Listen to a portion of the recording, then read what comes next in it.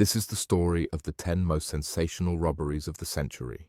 In the shadowy world of high-stakes crime, few acts are as daring or as mesmerizing as a well-executed robbery. In 2003, as war loomed over Iraq, nearly $1 billion vanished overnight from the central bank in Baghdad, allegedly taken by Saddam Hussein himself. It was the largest bank heist in history. That same year, in the diamond capital of the world, a team of thieves bypassed 10 layers of security in Antwerp to steal over 100 million tons in gems. The mastermind? A man known as the Leonardo da Vinci of theft. In 2005, Brazilian criminals spent 3 months digging a tunnel beneath a city to reach the vault of the Banco Central and walked away with over $70 million in cash, undetected for days. And in London, over an Easter weekend in 2015, a gang of elderly men used drills, ropes, and sheer patience to break into the Hatton Garden Safe Deposit vault, stealing millions in jewels and becoming folk legends as the bad grandpas. From the Securitas Depot robbery, where a family was held hostage to gain access to $83 million in cash, to the infamous Lufthansa heist that inspired Goodfellas, these are not just thefts. They are stories of obsession, risk, betrayal, and sometimes genius. Let's look at the cases one by one. Let's begin. Number 1. Central Bank of Iraq Robbery, 2003. The Central Bank of Iraq robbery in 2003 is considered one of the largest bank heists in history, not due to the complexity of the crime, but because of the sheer volume of money taken, approximately $1 billion USD. Just before the US-led invasion of Iraq in March 2003, Saddam Hussein reportedly ordered his son Qusay Hussein to withdraw massive sums from the central bank. This wasn't a stealthy, masked robbery. It was more of an official directive. On the night of March 18th and 19, Qusay and a small group of loyalists arrived at the bank with trucks and physically removed the money, loading up cash mostly in US 100 bills. Roughly $650 million of the stolen funds were later discovered hidden in the walls of one of Saddam's palace complexes in Baghdad by US forces. However, hundreds of millions remain unaccounted for. What makes this robbery unique is that it blurred the lines between theft and state-sanctioned action. The money wasn't stolen by outside criminals or rogue insiders, but rather by the ruling regime itself, in the final hours before it collapsed. Number 2. The Hatton Garden Heist, 2015. Over the Easter weekend of 2015, while much of London was on holiday, a group of elderly men quietly pulled off one of the most audacious burglaries in British history.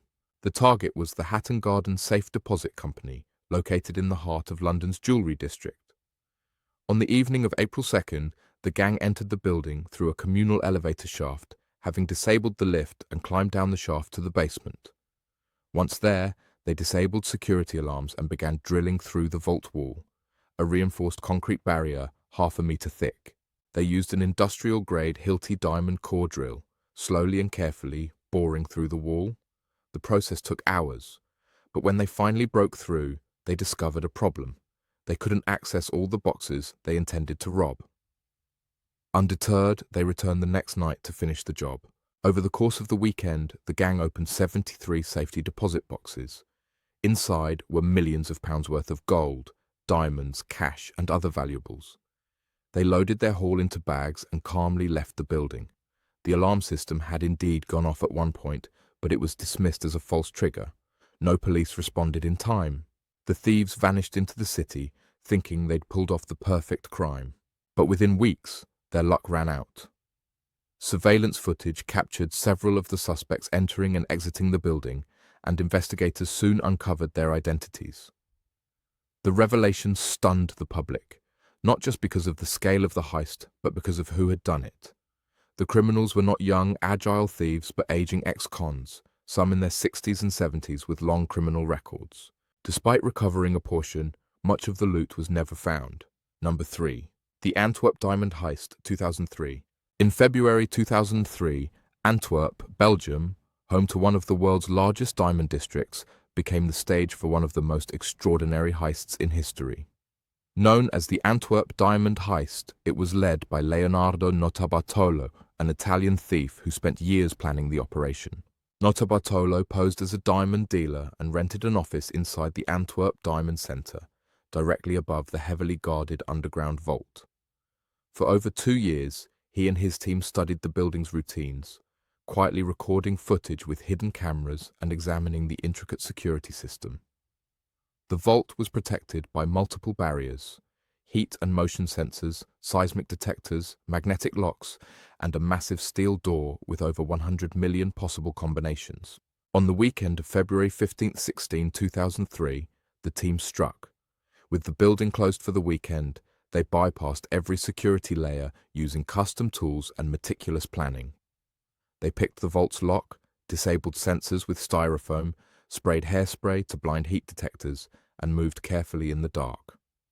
Inside the vault, they opened 123 of the 160 safe deposit boxes and vanished with over $100 million in diamonds, gold, and cash.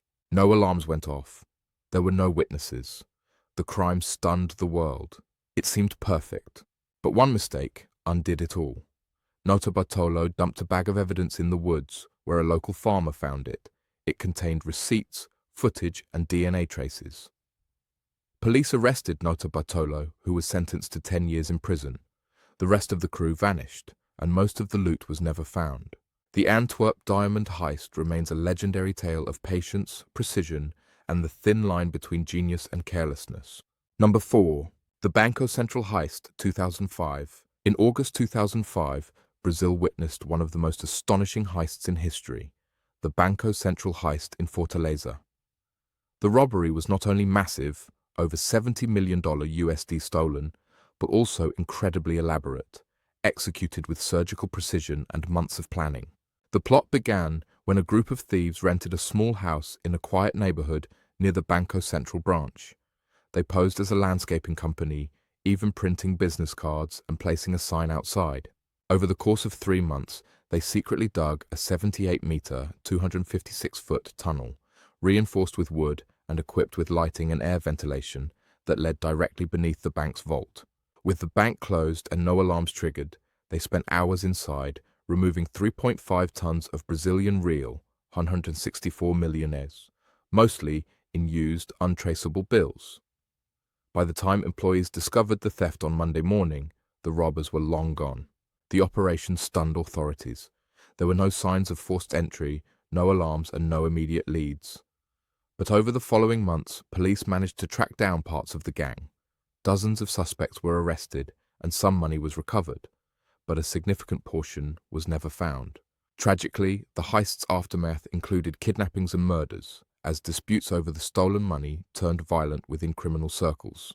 The Banco Central heist remains one of the world's most audacious robberies. With its movie-like planning, massive underground tunnel, and vanishing millions, it's a reminder that even the most secure vaults can be breached with patience, intelligence, and a shovel. Number 5. The Dunbar Armored Robbery, 1997. In the early hours of September 13, 1997, Los Angeles became the backdrop for one of the largest cash heists in U.S. history, the Dunbar Armored Robbery. The mastermind was Alan Pace, a security inspector for Dunbar Armored, who used his insider knowledge to plan the perfect inside job. Pace had spent months studying the facility's layout, security systems, guard routines, and vault timing. The night before the robbery, he took advantage of his access to disable certain cameras. Later that night, he let in 5 trusted friends, all wearing ski masks and gloves. The group waited until the last guard made his rounds, then ambushed and tied up the staff without triggering any alarms. Once the vault was unguarded, they began loading cash, mostly small bills, into a U-Haul truck they had parked nearby. In less than 30 minutes, they escaped with $18.9 million in cash, all without firing a single shot. Pace had planned for almost everything. No security footage of their faces, no fingerprints, and no immediate leads. The gang agreed to lie low and avoid large purchases to prevent suspicion. For years, it worked. Authorities were baffled.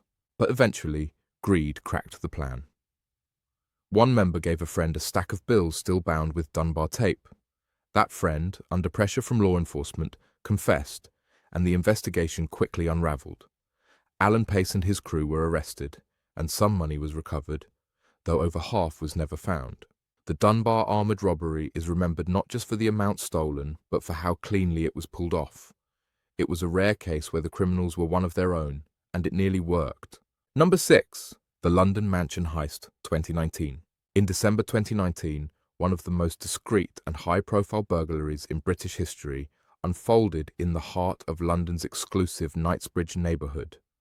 Known as the London Mansion Heist, the operation targeted the luxury homes of foreign billionaires, including the mansion of Tamara Ecclestone, daughter of Formula One mogul Bernie Ecclestone. Just hours after Tamara and her family left for a holiday in Lapland, a group of professional thieves broke into her $70 million mansion. The intruders bypassed security systems and spent nearly an hour inside, rummaging through wardrobes, drawers and safes. They made off with over $10 million in cash, high-end watches and jewellery, one of the largest residential burglaries ever recorded in the UK. But this wasn't an isolated hit.